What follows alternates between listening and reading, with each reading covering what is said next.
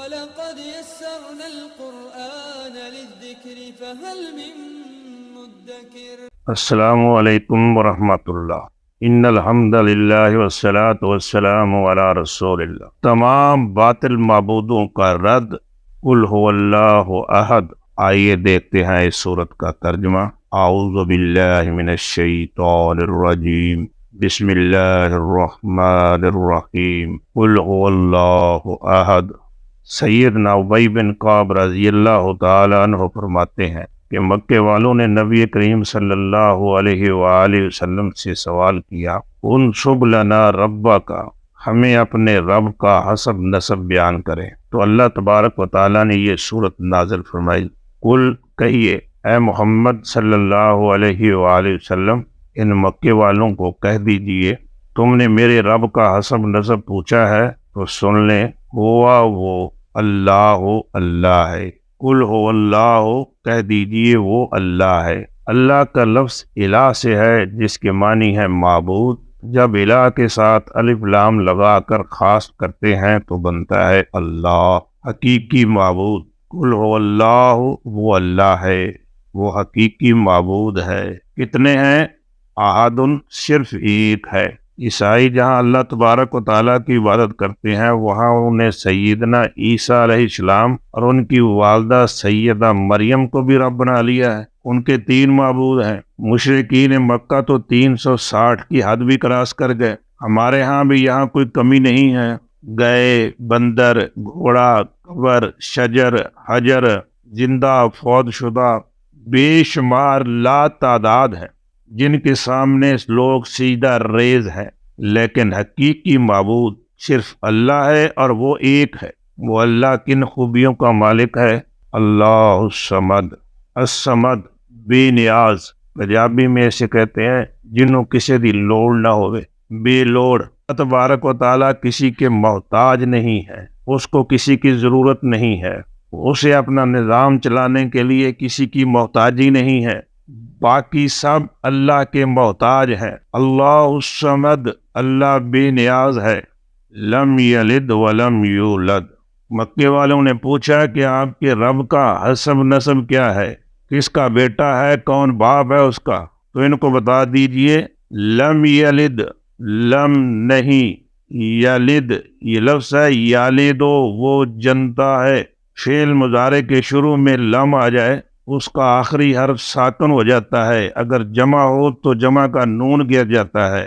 یالدو وہ جنتا ہے، لم یلد اس نے نہیں جنا، ولم اور نہ ہی، یولد، یولد یہ یلد سے پیسے وائس ہے، مجہول ہے، جنا گیا، ولم یولد اور نہ ہی وہ جنا گیا ہے۔ لم یلد نہ اس نے کسی کو جنا ہے، ولم یولد اور نہ وہ جنا گیا ہے، یعنی نہ اس کی اولاد ہے اور نہ وہ کسی کی اولاد ہے۔ جو پیدا ہوتا ہے اس پر موت آتی ہے، جو اس پر موت آ جائے اس کا پھر وارث ہوتا ہے۔ اللہ تبارک و تعالیٰ نہ پیدا ہوا ہے، نہ اللہ تبارک و تعالیٰ پر موت آئے گی اور نہ ہی ان کا کوئی وارث ہوگا۔ یہودیوں نے کہا کہ عزیر علیہ السلام اللہ کے بیٹے ہیں، عیسائیوں نے کہا کہ عیسیٰ علیہ السلام اللہ کے بیٹے ہیں، مکے والوں نے کہا کہ فرشتے اللہ کی بیٹیاں ہیں، اور ہمارے ہاں نے کہا کہ نور من نور اللہ، اللہ کے نور سے نور ہے۔ دیکھیے جب اولاد ہوتی ہے یا ماں باپ ہو تو بسا اوقات بندہ اولاد یا ماں باپ کے ہاتھوں مجبور ہو جاتا ہے، بے بس ہو جاتا ہے، ان کی ماننی پڑتی ہے۔ اولاد کا اور والدین کا بندے کے معاملات میں دخل ہوتا ہے۔ اللہ تبارک و تعالیٰ اس کمزوری سے مبرہ ہے، پاک ہے۔ اب جنہوں نے نور من نور اللہ کہا کہ اللہ کے نور میں سے نور ہے تو انہوں نے اللہ کا حصہ بنا دیا، اللہ کا جز بنا دیا۔ جو خوبیاں اللہ تعالیٰ میں ہیں وہ اس جز میں بھی ہوں گی، لیکن ایسا نہیں ہے۔ اللہ تعالیٰ پر موت نہیں ہے، اللہ تبارک و تعالیٰ پیدا نہیں ہوئے، محمد رسول اللہ صلی اللہ علیہ وسلم پیدا ہوئے، آپ صلی اللہ علیہ وسلم پر وفات بھی آئی، اس لیے اللہ کا حصہ نہیں ہے۔ لم یلد نہ اس نے کسی کو جنا، ولم یولد اور نہ وہ جنا گیا، ولم یکن لہ کفوا احد، ولم نہ یکن یہ لفظ ہے یکونو جس کے معنی ہے وہ ہے. یکونو فعل مضارع ہے، اس کے شروع میں لم آ گیا تو یکونو کا نون ساکن ہو گیا. واو پہلے ہی ساکن ہے، دو ساکن اکٹھے ہو گئے، اب اس لفظ کا پڑھنا مشکل ہو گیا تو پھر نون اور واو میں سے جو کمزور تھا اس کو گرا دیا،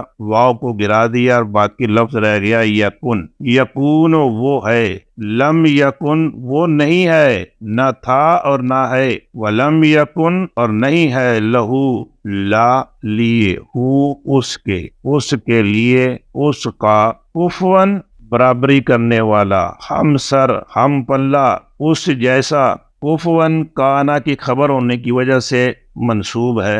احدن کوئی ایک، ولم یکن اور نہیں ہے، لہو اس کا، کفون برابری کرنے والا، احدن کوئی ایک، کوئی بھی اس کی برابری کرنے والا نہیں ہے. یہ ہے ہمارے رب کا تعارف کہ وہ اللہ ہے، اکیلا ہے، وہ بے نیاز ہے، نہ اس کی اولاد ہے، نہ ماں باپ ہے، اور نہ ہی کوئی اس کا ہم پلہ ہے، ہم سر ہے. احادیث میں اس صورت کی بہت زیادہ فضیلت بیان کی گئی ہے، تو اس کا کسی الگ ویڈیو میں ذکر کیا جائے گا. یہاں ایک بات بتانا چاہوں گا، سیدہ عائشہ رضی اللہ تعالیٰ عنہ فرماتی ہیں کہ نبی کریم صلی اللہ علیہ وآلہ وسلم نے ایک لشکر بھیجا تو لشکر والوں کا امام انہیں ہر نماز میں جہاں کوئی اور سورت پڑھتے وہاں قل ہو اللہ بھی پڑھتے، وہ ہر رکعت میں ایسا ہی کرتے. جب وہ لشکر واپس آیا تو اس کے ساتھیوں نے نبی کریم صلی اللہ علیہ وآلہ وسلم سے شکوہ کیا کہ ہمارے امام صاحب ہر نماز کی ہر رکعت میں قل ہو اللہ ضرور پڑھتے تھے. آپ صلی اللہ علیہ وآلہ وسلم نے فرمایا اسے پوچھیں وہ ایسا کیوں کرتے ہیں. جب ان سے پوچھا گیا تو انہوں نے کہا لِأَنَّهَا صِفَةُ الرحمن، کیونکہ یہ سورت رحمان کی صفت ہے اور میں اسے پڑھنا پسند کرتا ہوں. نبی کریم صلی اللہ علیہ وآلہ وسلم نے فرمایا اخبروہ، اس کو بتا دو، ان اللہ یحبہ، کہ اللہ تعالیٰ اس سے محبت کرتا ہے. جو بندہ اس سورت سے محبت کرتا ہے اللہ تعالیٰ اس سے محبت کا. ہمیں بھی یہ سورت سے محبت کرنی چاہیے، اس سورت کو کثرت سے پڑھنا چاہیے.